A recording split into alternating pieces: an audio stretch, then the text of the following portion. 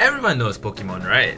The game you play when you're a child, mindlessly spamming A, leveling up your starter as you rampage through the region, tearing up all the Pokemon who stand in your way, not with the genius of your mind, but with the strength of having a starter 30 levels higher than your opponent.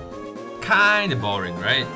Well then, why not make it hard where you can only limit what you can catch? Well, if you have a Charizard level 100, it's still gonna kill everything when it clicks Flamethrower. Then set a level cap. But you can still use items to survive every fight. Then ban items. But then you can still plan your team systematically, coming up with the best strategy to win the game. Then randomize. But what if you get a legendary which just tears through everything? Well, then what if you make it so that if anything dies in your team, everyone dies? What this means is that if you catch a random level 5 Magikarp who faints in battle, the level 100 Charizard sitting right beside it, well, he's gone too. And that, my friends, is how I came up with Pokemon Randomized DEATHLOCKE.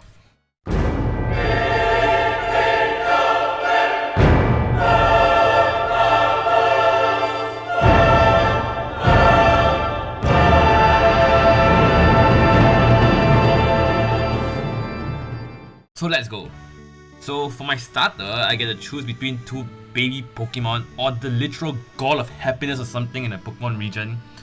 So of course I choose the majestic bird, only to find out that this guy does not get any attacking moves until level 22, and that's like above the cap for the first two gyms. Well, I beat my rival with struggle and catch my first Pokemon, a Mareep, who can't fend for himself. Meaning that I have to switch train my Mareep with a Ho-Oh who only has struggle. Bruh, this is literal torture. But along the way, I meet a Kyogre who kills Ho-Oh, ending my suffering. Well, it can't get worse than that, right? And yeah, it can't. Next game, I get to choose with Gyarados, but how can you turn down a literal Pokemon version of Godzilla? I train a bit before beating my rival's Electric Rat, catch a Slowking and Pidgey. Kinda lame, but that's not all to come. I catch Irvin the Feraligatr and Charizard the Magma, filling my team with fully evolved monsters ready to destroy anyone in my way. Side note, this guy wanted to trade a Vibrava for Charizard, but for some reason he didn't accept mine. Anyway, the first gym was a breeze with Irvin and Charizard handling Roxanne's Pokemon, winning me the first gym and TM39 Shadow Punch. That's right, I didn't just randomize Pokemon, I randomized everything including items, move tutors, TM moves, making so that whenever I picked up an item, it would be a surprise to everyone. I then helped the CEO of a multi-billion-dollar phone company to send a letter to his son. Come on dude, you own a phone company, can't just send a text? What, does Steven hate you or something? At Dewford, I used an old rod to fish up an Electabuzz which I couldn't catch due to not having any Pokeballs. And in the next route, I fished up Pokemon's most iconic legendary, Mewtwo. Only for him to die to Sandstorm as he has literally the lowest catch rate in all of Pokemon. And I only have Pokeballs at this point in the game. Well, time for the gym. His first two Pokemon were pretty easy, but his ace slacking is where things got interesting. See, as any death means the death of the whole team, and the only good Pokemon I have, all being in this same party, I wasn't risking anything. And this led to a 10-minute back and forth where I kept switching Pokemon to make sure I didn't get put to sleep and Magma wouldn't faint to a crit or something before I finally took down the monstrous beast. Moving on with the game, I caught a Mudkip, naming it Feraligatr, and went to save the Sea Captain when the Team Aqua member decided to battle me with his Entei. Isn't this a team supposed to be expanding the sea? Why is he using a Pokemon that quote embodies the passion of magma? I think you're on the wrong team, pal. Moving on, I fought May, easily dispatching her first two Pokemon before Raichu came up. Almost murdered Tyranitar. You would really think that Godzilla would be able to stand up to some random electric mouse, right? It looks like this could spell the end for my first party. But luckily, on the previous route, I caught a Quagsire, which allowed me to switch in safely and win the fight. Then, I found a Master Ball on the floor. Well, normal I guess. I proceed to utterly obliterate Barry and Watson before picking up a leftovers. And at this point the game was becoming a bit too easy even with all the rules I set. So I made it a point that I would no longer avoid trainers and fight every single trainer. Even going out of my way to fight double battles, just to make the game a little bit harder. And it just so happens that the very next fight, some random youngster has a Mewtwo, caught in a Pokeball no less. I easily beat them and continue the game. Well, we all know no one cares about the plot, but on the way I caught a Celebi using the Master Ball. And in the very next fight, Maximus kills it, cause all my other Pokemon were at cap.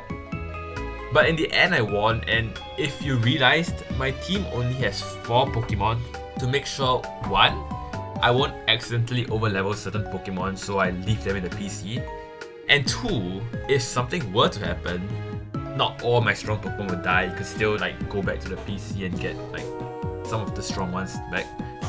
Back to the game, I redeem myself catching a Manectric on the very last tick of Sandstorm, and once again obliterate another gym leader. On the way to the 5th gym, I catch a Farfetch'd, and you might be wondering, wait, you have a Celebi, a Tyranitar, Feraligatr? Yeah, well, Farfetch'd is pretty good.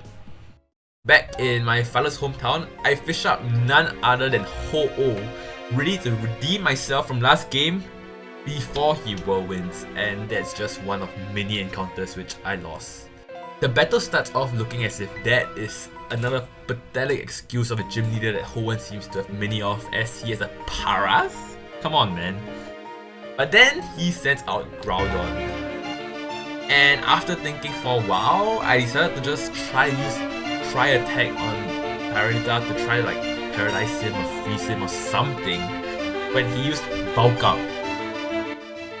And this looked like I was gonna get taught a lesson for insulting my father's Paras, but well, it still looked like I could get like one more try to freeze or paralyze, and he crit me. And now it looks like he's about to murder my whole team. But luckily, I still have 2 water types. But it seems water isn't really that good when there's harsh sunlight, huh? As all seemed doomed and it looked like I was going to have to restart again, a champion rose from the midst. Magma somehow outsped, fire punched, left him with 1 HP, and it looked as if Dad was gonna use a banned healing item to ruin my game when Groudon Ancient Powered, killing Magma but activating Flame Body, dying to the burn. Magma's dying gift, ensuring that the run wasn't ending today. Celebi takes out the Rhydon, winning me the fight, and in a normal playthrough, I'll just heal and continue. In the normal Nuzlocke, I would bring on Celebi and continue, carrying on the memories of his fallen comrades. But this is not a normal Nuzlocke, this is a Deathlock, and Celebi joins the departed in Valhalla, means it's time to build a new team. And after crafting a new team of 6, while fighting a random battle, Spoink dies. Meaning that in a quick few minutes, not only did I lose my 6 strongest Pokemon, I also lost my next 6 strongest. Oh well, there was no time to cry, I had to make a new team and continue with my journey. Now with my new team of misfits, led by Farfetch'd with a stick, I made my way back to Slatepot and encountered my savior, Charmander, this time for real. I was this close to killing another food team as he leaves Butterfree with 1 HP, but eventually I caught him and evolved him only to realize he's above the level cap, means I can't use him. But it's okay, I believe in my Butterfree and Farfetch'd. Along the way, I fought a duo battle with both a Moltres and a Latias, and it just put them to sleep and went on my way. Maybe a team isn't that bad. On the way to Fortree, I encounter a Dragonite. It looks like my luck is turning, my team is coming back into shape. With Dragonite, I easily clear out the Weather Institution, beat up on May once again, and pick up the TM for Tackle. I fight the gym trainers who have a Registeel and Latios and Disaster Strikes. No, nothing dies, but Dragonite and Crawdon overlevel. What this means is that now I have to fight Winona without my 3 strongest Pokemon. But as long as I have Butterfree, should be fine, right? In the fight, Mr. Mime beats up Winona's first few Pokemon. It seems that every gym leader in this region has some shit first few Pokemon to start on. Whatever, he sets up dual screens in the process, and Butterfree finally learned an attacking move that does decent damage. But then, when all seemed well, Piloswine crit Mr. Mime, killing him through screens, meaning that Mr. Mime, Farfetch'd, and Butterfree were all dead. Rocky and Butterfree finished Winona off, but losing Butterfree is a huge loss. Well, at least I still have Charizard and Dragonite. With those two alive, anything's possible. On the way to Lily Cove, I pick up a Shell Bell, catch a Route, a Bulbasaur, and pick up another Master Ball. I go and fight Mayhew's team seemingly gets weaker, besides for Suicune, but Dragonite still sweeps the team, and it's time to shop for some TMs. Remember, every TM is randomized, so I could easily get TMs for insane moves like Spore, Protect, Detect. But instead, I get the TMs for Harden and Destiny Bond. I don't need Destiny Bond. If my Pokemon dies, the whole team dies anyway. It's literally such a useless move. At least I got the TM for Extreme Speed. Only that is not Extreme Speed, it's freaking Quick Attack. Come on man, Quick Attack. Whatever, I can't let that bring me down. I go back to the Magma hideout, and on the way, I pick up the TM for Harden. Harden! Why is every TM in this game so god-awful? I have the TMs for Harden, Tackle, and Quick Attack. What am I, raising a Rattata? Anyways, I catch a Machamp and find a Grunt who has a Groudon. I guess Team Magma has some inter-management issues. If Maxi really wanted a Groudon, you just ask his Grunt, man. I mean, why go to all this trouble?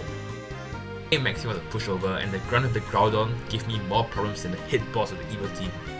But who am I to judge? Now on the way to Fortree, I catch an Articuno who's level 9. Oh my goodness, it's gonna be a pain to level up. And in the Show Cave, you know, in the cave where the man tells you he makes you a Shell Bell if you collect Show Swords and Show Shells. Yeah, there was just another Shell Bell lying on the floor. At the gym, in a random double battle with 2 random Murkrows, like what are the chances of that? My Charizard almost died as they pursued him when he switched out, leaving him with 6 HP. Well, but I mean, he didn't die, so basically nothing happened. I also accidentally overleveled Venusaur. I know I should be focusing more on their XP, but I forgot, okay? Anyway, the gym battle starts okay with Blaze and Chili's double surf combo doing a shit ton of damage. Also, if you were wondering why Charizard is Surf, it's cause I made HMs compatible with everyone, and Surf is a pretty strong special move, and to all who think it's cheating, well, it's my challenge, so suck it. Anyway, they sent out a Mew who can 2-shot my Charizard, and I have nothing in my team that's super effective against it, so that's scary. But the Fool transformed into Chili, which means 4 arms can just come in and take him out. After the gym, I had to stop Team Magma again, which really makes you wonder, why is a 10-year-old dealing with the evil team when the gym is just like a 5-minute walk from the place? I mean, I kinda understand not being able to help at their hideouts. It's kinda out of the way, hidden, far from the gyms, you need to like take care of the gyms. But come on, the space station is literally less than 100 steps from the gym, man. What are these gym leaders, for show? I beat up the Magma Grunts, and one of them so happens to be Rayquaza. So you're telling me that Team Magma owns a Groudon and a Rayquaza to control the Groudon, and they're still on this wild goose chase to hunt down Groudon? Bruh, how bad of a team leader can you be? If Maxi had just sat down with his members, laid out his plan, he would have realized he already had the Pokemon necessary to conduct his evil plan. Ugh. Anyways, I burned Rayquaza before he could use Ancient Power, which really probably mattered, but whatever, Charizard's still not dead. And I move on to beat Maxi, who now owns a Lugia. Seriously, Maxi? Anyway, Team Aqua is the complete opposite of Team Magma, in the sense that they have no business trying to catch Kyogre. Archie literally has 3 baby Pokemon thinking about trying to control the gods of the sea. Maybe that's why the gym leaders don't step in. They know the evil teams are simply incompetent. Anyways, in Sootopolis, in the face of impending death, I obviously take my time to fish up a useless snake I call Snape. I go and solve the issues as usual, since no adult in this game seems to really care about the region. And on the way I catch a Squirtle, completing my Kanto starter trio. After saving the world, which, by the way, Charizard flew to Sootopolis faster than Rayquaza. Rayquaza's kinda slow, huh? I go and do some backtracking, getting TM for Ice Punch and another Shell Bell. Yes, people really love tossing their Shell Bells on the ground. I then fight one who starts strong with an Articuno, Snorlax and Seadra, before sending out Meowth and Sandshrew, making me wonder how this man could possibly be the final gym leader. But it's now time for the final stretch. I make my way to Victory Road, catch a Sandslash, and fight Barry for the last time, who now owns a Jirachi, which kinda fits his character, I guess. But sadly for him, Charizard burns down all his dream and completes a no damage sweep after all the Shell Bell heals. I continue down the road and face a Hitmontop, who seems like such an easy opponent. I don't even give him a second thought, speeding up and pressing fly when he counters, finally killing Charizard and by extension, Blastoise, Venusaur, Dragonite and Gardevoir. In the end, I make a decent enough team, 4 arms with the Black Belt, like Kuno the Articuno, Chili, Bones the Marowak holding a thick club, and Dragon the Altaria. And I mean, this team was pretty damn good. Led by Sykkuno, I made it all the way through to the final trainers of Victory Road. Final battle before the Elite Four. In a double battle no less, they lead with Flygon and Blaziken. A scary lead for the last battle. Sykkuno and Chili take out Blaziken, but this is where it all goes to shit. How does Snow leave Flygon with literally 1 HP? Flygon crits, paralyzes me with Dragon Breath, before the random shitty Ghastly outspeeds and confuses Chili, who hits himself, meaning that he can't get the Surf out, which would have killed Flygon. I swap out Kuno as Flygon heals, Chili hits himself again. I swap Chili out for 4 arms as Ghastly outspeeds Bones, confuses Bones, who hits himself. So this Ghastly has survived 3 turns because my Pokemon have hit themselves in confusion. Flygon crits again, but 4 arms takes him out, and the last Pokemon is a Nidoking, which seems pretty winnable, when Ghastly outspeeds Destiny Bond's Marowak, who finally decides to break through confusion, killing himself and my whole team. And at this point, I don't have that many options, man. I have to make another team of 6 to beat the league out of these shitty Pokemon. But I created a team of champions. Really, the Ice Punching Sharpedo, Tyson, the Primate with only fighting moves, Birdie, the Swindle with only normal and flying moves, Ghost Rider, the Rapidash, whose only fire move was Blast Burn, Shrooms, the Sandslash, who does not have a ground move, and Pokemon the Electrode, whose strongest electric move was Spa. Yeah, I wasn't really that confident going in. But these 6 Pokemon were carrying the dreams of the many stronger ones who died before them, hoping and praying to God that the Elite Four and Hoenn were pushovers like most of the gym leaders and evil team leaders. Well, it's montage time.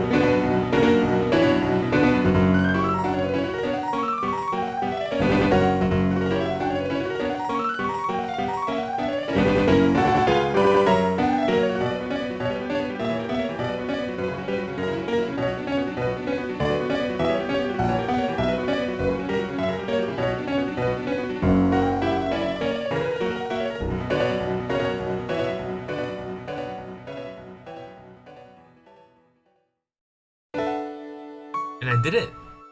I actually did it. My team of shitters, they did it.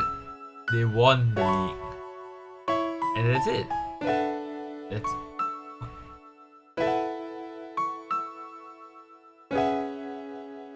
This was really a hard challenge with this not being the first or second time I've attempted it. I think I have like 30 attempts or something. But yeah, if it was interesting, you can try it yourself. And if you liked the video, be sure to like and subscribe. I'll really appreciate it. Oops, that's all. See you next time.